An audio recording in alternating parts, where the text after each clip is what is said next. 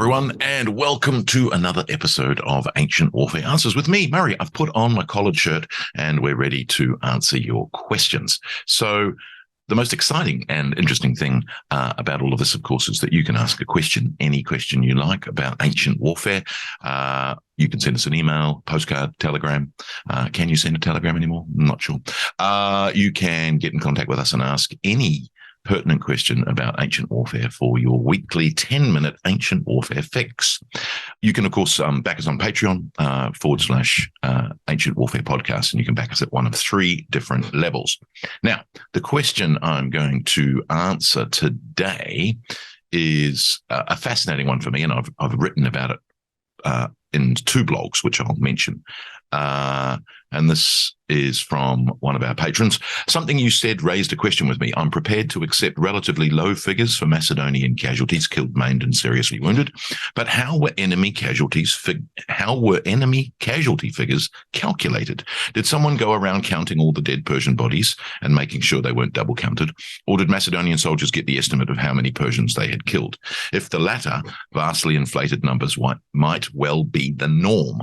Okay, so calculating casualty figures, or indeed figures in general, is a massive problem for ancient warfare. I've written a blog on the casualties of Platia, which you can find on the Caravanserai website.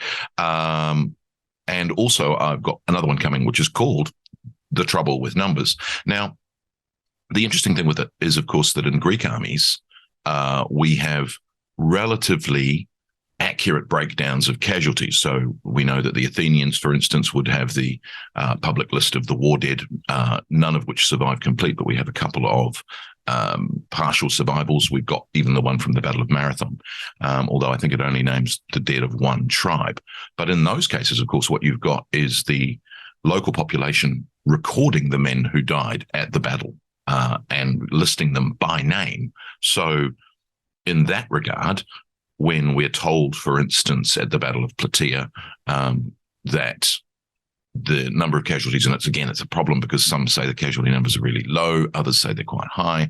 But so, for instance, Herodotus tells us there's only 160 Greeks who die at the Battle of Platia, 91 Spartans, 17 Tegeans, and 52 Athenians. Now, we can accept those numbers because, in a way, they're going to have been named. So recording the names of the dead and having them listed somewhere, and therefore being able to say 11 Tegeans, 52 Athenians, is relatively trustworthy. The 160 is not, however, and when we go to some of the other sources, we find a much higher number. So Plutarch, for instance, tells us that there's 1,360 casualties at Platia, of whom 52 are Athenian. He agrees with Herodotus, and the other numbers agree as well. Although he says 16 from Tegea, but he does agree with 91 from Sparta. So in that sense, we can rely on those numbers. The problem is, if you rely on that set of numbers, but reject the numbers of the Persians, for instance, which nearly everyone does, you're in a bit of an issue, because if you're going to accept one set of numbers and reject another set of numbers, you're in a bit of a problem, because surely if you accept, you accept, and if you reject, you reject. So it's tricky, isn't it? But anyway, what you've got therefore is numbers on the Greek side, and again, the Battle of Marathon with 192 Athenian dead is another one where we kind of can go, right, well, that we think that's an accurate number. At the same time, however, 6,400 Persian dead at the Battle of Marathon is generally rejected.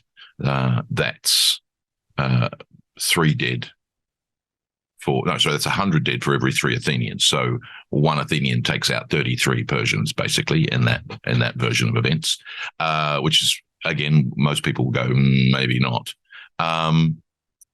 So it's tricky, because you've got, would they have counted them?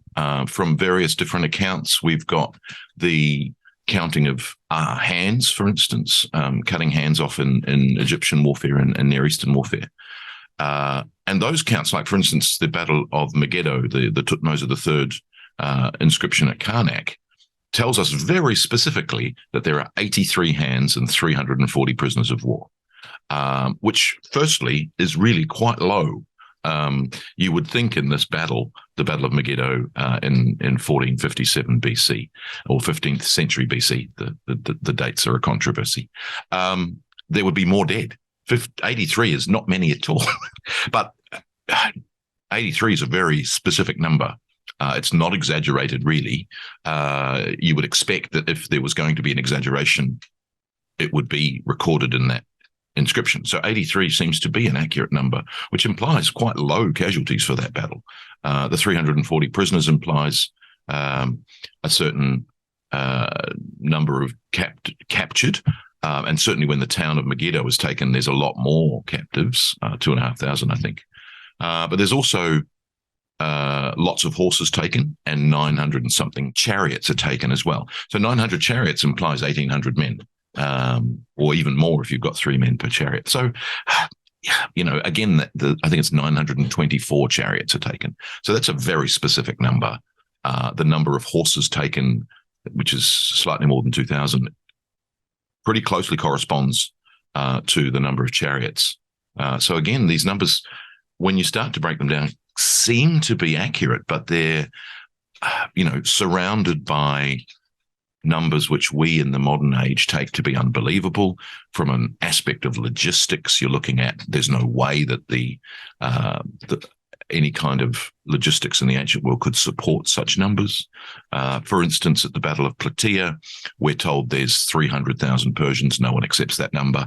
Weirdly, that's Herodotus's number, and it's quite low. So Herodotus and Plutarch give us the number of 300,000 Persians, whereas Diodorus gives us 500,000. So does Justin. Now the issue with that is that when you look at the breakdown of the Greek numbers, all the sources tend to agree, which again is problematic because you've got someone like Diodorus who just gives us a round figure, Justin also a round figure of about 100,000 Greeks, which is very non-specific, which again tells us that the ancient Greeks weren't really that interested in specific numbers necessarily, because of course then they also give us very specific numbers, like 192 dead at Marathon. But when we do break it down, it bears out in some cases. So for instance, at Herodotus's numbers, he tells us there are 38,700 hoplites from various cities and 35,000 Spartan helots. 35,000 Spartan helots operating in Psiloi and 39,500 other light-armed Psiloi from other states. That gives us a total of 113,200, which is close enough to the 100,000 rounding that we get from the other sources. So it's a little bit close to be dismissed completely. What does that therefore make of the higher numbers for the Persians, which no one accepts, which is a real problem? The other thing, of course, is that some of these numbers, such as the number of helots per Spartan hoplite at the Battle of Platia, which is 7-1. So there's 5,000 Spartans, therefore 35,000 hoplites. That's a ratio you will find used everywhere about the number of helots per Spartan hoplite.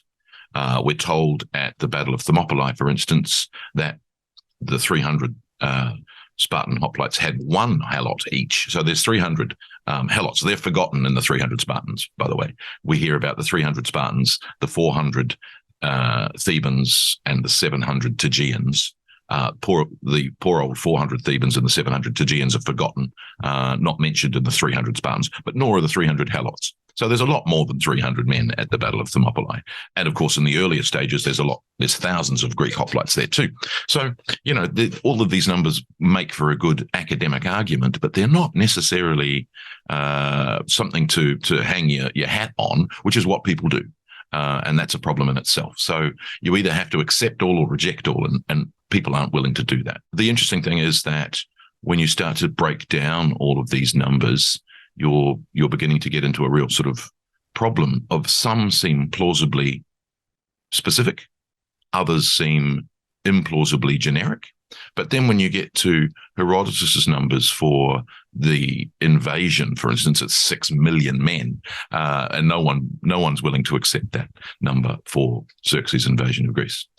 Head counts is probably something that they did do. So, for instance, at the Battle of Chaeronea in 338 BC, you've got the excavated tomb of the sacred band under the lion of Chaeronea, and that's got 254 skeletons laid out in 7 rows. And so they have been honoured, absolutely, but they are laid out. So clearly there's a count going on and counting up the dead. And again, it's a Greek city, so we probably would have had other recordings of their names, but it does seem as if they rounded up and counted the dead, certainly in terms of spoil or in terms of just the logistics. We don't know about the specifics of it, but I imagine that there were some kind of specifics about counting the dead. But we're left with the problem that the sources record huge numbers, or specifically small numbers, or specifically huge numbers, and that's really a bit of a problem. And we're sort of stuck going, well, you know what? The numbers weren't important to the ancients necessarily, so they really shouldn't be that important to us, which is a very hard thing for a lot of modern ancient historians to take. But there you have it. I'm sitting on the fence. Anyway, we'll see you again for another Ancient Warfare Answer. Thanks very much.